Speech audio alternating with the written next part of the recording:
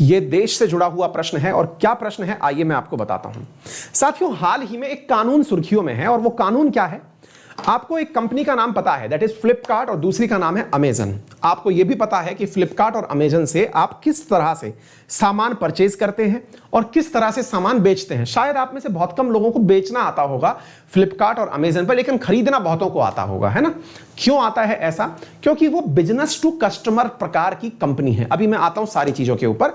फिलहाल के लिए ये सवाल जो आज हम पढ़ रहे हैं वो इसलिए कि क्यों एनफोर्समेंट डायरेक्टरेट के द्वारा यानी प्रवर्तन निदेशालय के द्वारा फ्लिपकार्ट के ऊपर 10,600 करोड़ रुपए का फेमा कानून यानी फॉरेन एक्सचेंज जो ये एक्ट है, इसके तहत 10,600 करोड़ रुपए का कारण बताओ नोटिस भेजा गया है, जिसके तहत 10,600 करोड़ का या तो उसके ऊपर पेनल्टी लगेगा या फिर उससे 3 गुना यानी लगभग 30,000 या 31,000 करोड़ तक का उसके ऊपर पेनल्टी लग सकता है। तो फ्लिपकार्ट के ऊपर सरकार यानी प्रवर्तन निदेशालय ने इतना बड़ा पेनल्टी लगाने का निर्णय क्यों लिया है, या फिर अभी जवाब मांगा है, 100 दिन में जवाब नहीं दे पाया तो पेनल्टी तय है, ऐसा हुआ क्यों है? क्या है ऐसी कहानी? क्यों फ्लिपकार्ट को दिया गया कारण बताओ नोटिस, जिसके तहत लगभग $1.5 बिलियन का घाटा हो सकता है फ्लिपकार्ट को? आइए सारी बातें आपको सिखाते हैं। पहले इस बात को सिखाएं इससे पहले आपको कुछ बेसिक बातें पता होनी चाहिए। क्या पता होनी चाहिए मैं आपको बताता हूं। तो एनफोर्समेंट डायरेक्टरेट ने हाल ही में फ्लिपकार्ट के लिए कार्य किया है, ईडी ने कार्य किया है। देखिए साथियों, होता क्या है पहले मैं आपको यह बता दूं। ED slaps ₹10,600 CR FEMA contravention notice against Flipkart. इसको एक कारण बताओ नोटिस दिया गया, 100 दिन में जवाब देना है कि इसने कुछ गलत किया अथवा नहीं किया, फिर उसके बाद में इसके साथ में सारे निर्णय लिए जाएंगे। देखो बेटा, कुछ बेसिक बातें सीखते हैं। पहले आपको ई कॉमर्स की बातें सिखाता हूं। बेटा आपने बहुत बार देखा होगा, जैसे आप में से बहुत सारे विद्यार्थी फ्लिपकार्ट से, अमेजन से, OLX से, मैं 3-4 चीजें यहां लिखता हूं। जैसे मान लीजिए आपके सामने है फ्लिपकार्ट हो गया, एक तरफ हो गया मान लीजिए OLX, नाम सुना होगा, OLX हो गया, फ्लिपकार्ट हो गया, और एक कंपनी और भी है उसका नाम मैं भूल रहा हूं, जो बिजनेसमैन लोगों के बीच में ही डील करती है। कोई भी XYZ कंपनी का नाम लिख लेते हैं। 3 प्रकार की कंपनी जिनको आप जानते हैं, मैं आपको एक बार करके बताता हूं। जैसे साथियों, आपको फ्लिपकार्ट से कोई सामान परचेज करना है। जैसे आपने मान लीजिएगा कि सामान क्या परचेज किया, आपने मान लीजिए शूज परचेज किए। लेट से आपने नाइकी के शूज परचेज किए, एडिडास के शूज परचेज किए, आपने फोन परचेज किया, है ना? ये किसी ना किसी कंपनी का होगा। जैसे फोन आपने ले लिया, एप्पल का फोन ले लिया या सैमसंग का ले लिया। यहां पर आप क्या हैं? आप खुद तो एक कस्टमर हैं, है ना? आप खुद तो क्या हैं? एक कस्टमर हैं, और ये एक वेबसाइट है, कस्टमर वेबसाइट, और इस वेबसाइट के इस तरफ कौन बैठा हुआ है? इस तरफ एप्पल बैठा हुआ है, सैमसंग बैठा हुआ है, नाइकी बैठा हुआ है, एडिडास बैठा हुआ है। अर्थात यह वेबसाइट केवल एक प्लेटफॉर्म है। इस प्लेटफॉर्म पर एक तरफ बिजनेसमैन बैठे हुए हैं, यानी एक तरफ तो बिजनेस बैठा हुआ है। बिजनेसमैन का मतलब समझ में आ गया? जो व्यापारी है, जो कंपनी है वो बैठी हुई है, और दूसरी तरफ उपभोक्ता बैठा हुआ है। इस व्यापार में चूंकि इलेक्ट्रॉनिक माध्यम का उपयोग लिया गया है, इसलिए इस प्रक्रिया को ई कॉमर्स कहा जाता है। क्या कहा जाता है? ई कॉमर्स कहा जाता है। तो पहले तो यह समझिए कि ई कॉमर्स क्या है। कॉमर्स मतलब व्यापार और वाणिज्य। अगर वो इलेक्ट्रॉनिकली होता है तो उसे ई कॉमर्स कहा जाता है। पहले तो यह समझ लिया। इस ई कॉमर्स में आपने अगर फ्लिपकार्ट के बारे में चर्चा करी तो यह कुछ इस प्रकार से है बच्चों। अगर आपने यहां पर सामान परचेज किया तो बिजनेस ने कस्टमर तक सामान पहुंचाया है, इसलिए इस प्रकार के ई कॉमर्स को B2C प्रकार का कॉमर्स कहा जाता है। क्या कहा जाता है? B2C। अब इसको लिख लीजिएगा, यह आपके पेपर में आता है, बहुत ही महत्वपूर्ण विषय है ये, ठीक है ना? ई कॉमर्स 3 प्रकार का होता है, मैं वही बता रहा हूं आपको। तो किस प्रकार का हो गया ये? B2C प्रकार का कस्टमर हो गया ये, है ना? ये बिजनेस मॉडल यही प्रकार का हो गया। अब आप पूछेंगे इसके फायदे और नुकसान क्या हैं, वो बाद में बात करेंगे। फिलहाल के लिए टाइप समझिए। अच्छा, दूसरा क्या है साथियों? OLX। OLX में आपने क्या देखा? OLX में आपने एक लाइन सुनी होगी। OLX का शब्द है बेच दे, है ना? OLX पर बेच दे, आपने इस तरह से लाइन सुनी होगी। इसमें आपने कोई भी अपना पुराना सामान बेचने वाला कौन है आपने सुना होगा। एक वेबसाइट है। अगर आप ये बात समझ रहे हो तो थम्स अप करना, है ना? देखो, अगर मान लीजिए कि मैंने आपसे कहा कि आप एक व्यक्ति हैं, आपने पुराना फोन लिया, आपने अपनी पुरानी कार ली, आपने इस वेबसाइट के ऊपर ला करके इसको पोस्ट कर दिया। अब दूसरी तरफ एक आप जैसा कस्टमर खड़ा है, वो खड़ा है कस्टमर। वो कस्टमर आपसे इस सामान को इस वेबसाइट के माध्यम से परचेज कर रहा है। दैट मीन्स आप खुद एक कस्टमर थे, कस्टमर ने कस्टमर को सामान बेचा। क्या इसमें कोई बिजनेसमैन इन्वॉल्व था? आंसर है जी नहीं। अर्थात ये ई कॉमर्स का कौन सा प्रकार हुआ? दूसरा प्रकार। कौन सा हुआ बेटा? ये प्रकार हुआ C2C प्रकार। तो देखिए पहला प्रकार कौन सा था? B2C प्रकार था। B2C के अंदर बिजनेस ने कस्टमर को सामान बेचा। दूसरी तरफ क्या हुआ? दूसरी तरफ C2C यानी कस्टमर ने कस्टमर को सामान बेचा वेबसाइट के माध्यम से। आ गई बात समझ में? अच्छा, तीसरी चीज देखिए, आप में से बहुत सारे लोगों को पता होगा, जैसे ना आपको मैं बताता हूं थोड़ा उदाहरण के रूप में, आप में से बहुत सारे लोगों को पता होगा कि कई दुकानें अपने शहर में ऐसी होती हैं जो सामान केवल होलसेल में देती हैं, वो फुटकर में सामान नहीं देती। मतलब क्या है? वो आपकी एक व्यक्ति की आवश्यकता के अनुसार रिटेल में सामान नहीं देती, वो होलसेल में थोक में सामान देती है। लेना है तो ये पूरा लेना पड़ेगा। जैसे आप सब्जी मंडी जाइए, आप बड़ी सब्जी मंडी जाएंगे जहां पर मेन सामान आता है, वहां पर कहता है कि लेना है तो पूरा की पूरा बास्केट लो भाई साहब। 1 किलो आम केले संतरे नहीं मिलेंगे। लेना है तो पूरी पेटी छुड़ाओ, पूरा बक्सा छुड़ाओ। लेनी है तो पूरी की पूरी ये कैरेट लो। आप कह रहे हो कि एक कोल्ड ड्रिंक दे दे, बोल नहीं कैरेट ले ले, सस्ता दे दूंगा। मतलब क्या है?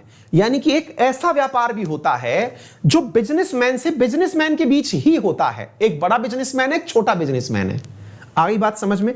दैट मीन्स यहां पर एक ऐसा व्यापार भी होता है जो B2B प्रकार का होता है, यानी एक बड़ा व्यापारी छोटे व्यापारी के साथ में व्यापार कर रहा होता है।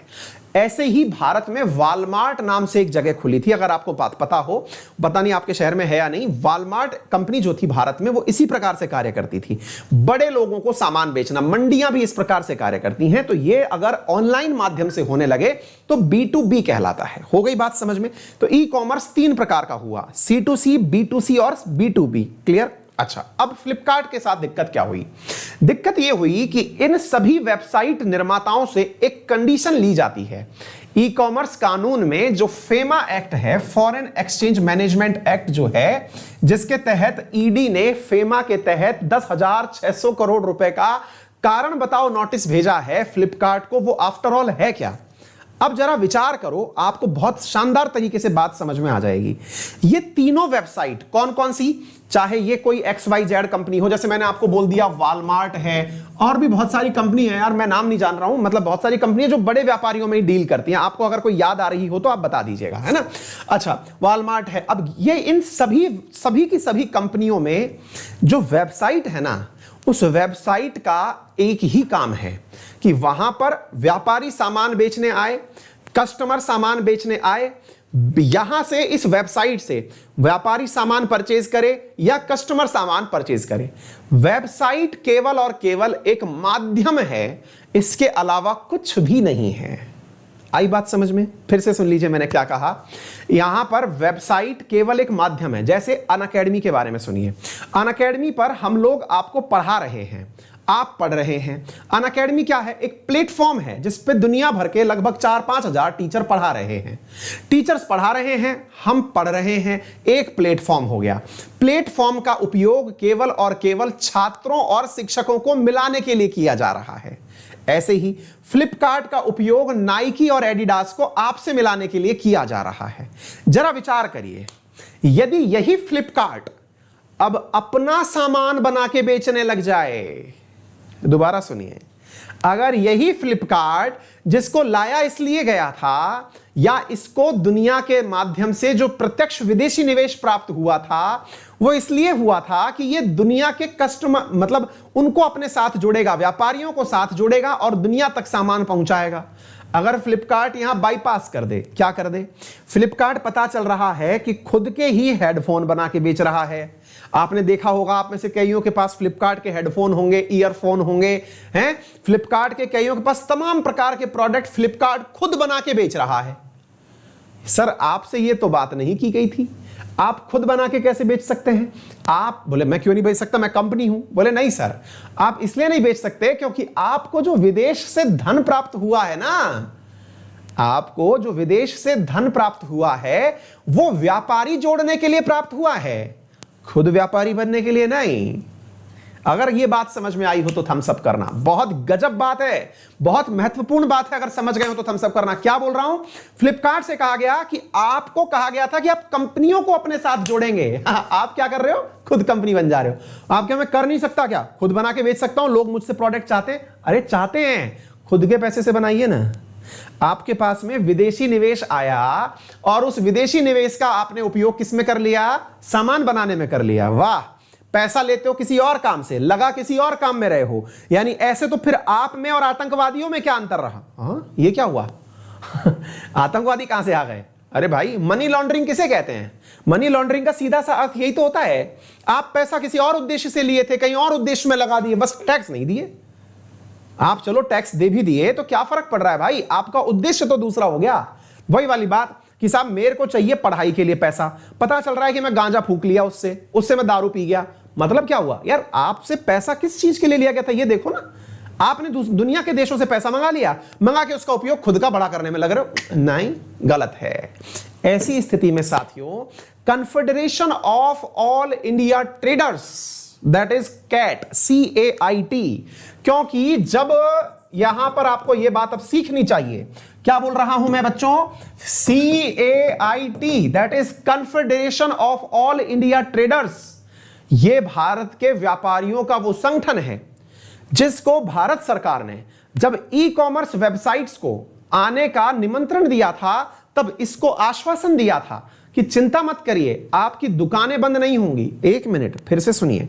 क्या आपको मालूम है जब ई कॉमर्स वेबसाइट आई तो ई कॉमर्स वेबसाइट्स ने इतना सस्ता सामान क्यों बेचा? बताता हूं मैं आपको।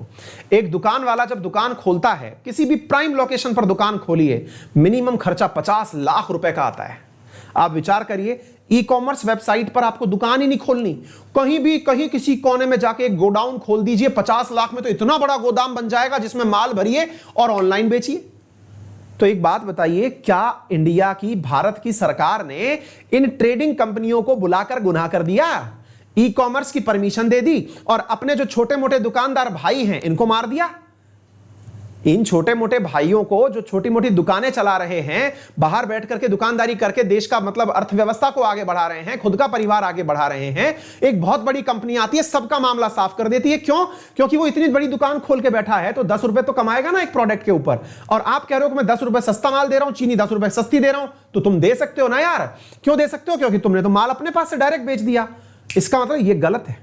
और इसमें confederation of All India traders की शिकायत के ऊपर एनफोर्समेंट डायरेक्टरेट ने एक्शन लिया और इन लोगों ने बकायदा यह बताया कि सर, फ्लिपकार्ट के माध्यम से एक कंपनी है जिसका नाम है WS रिटेल।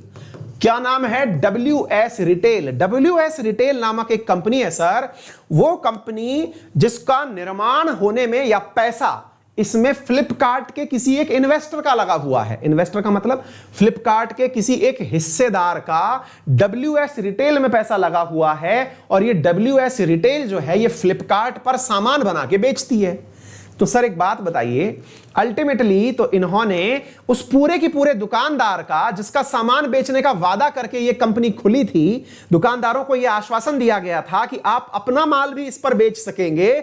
आपने दुकानदार से तो सामान लिया नहीं, खुद का सामान बना के बेचना शुरू कर दिया। तो साहब हम चाहते हैं कि इनके ऊपर पनिशमेंट लगाया जाए। इनको 10,600 करोड़ रुपए का इन्वेस्टमेंट मिला था जो इन्होंने खुद माल बना के बेचने में उपयोग में ले लिया। इनके ऊपर इतने करोड़ का 100 कोस नोटिस डालिए और हम निवेदन करते हैं कि 10,600 नहीं, 300 गुना यानी 3 गुना इनके ऊपर आप वो लगाइए, 300% लगाइए, 300%, यानी इनके ऊपर 30,000 करोड़ रुपए का पेनल्टी लगाइए और इनसे 100 दिन में जवाब मांगिए। तो इसके तहत ईडी ने इनके ऊपर जांच भेजी। साथियों, ईडी की जांच पहली बार नहीं हुई है।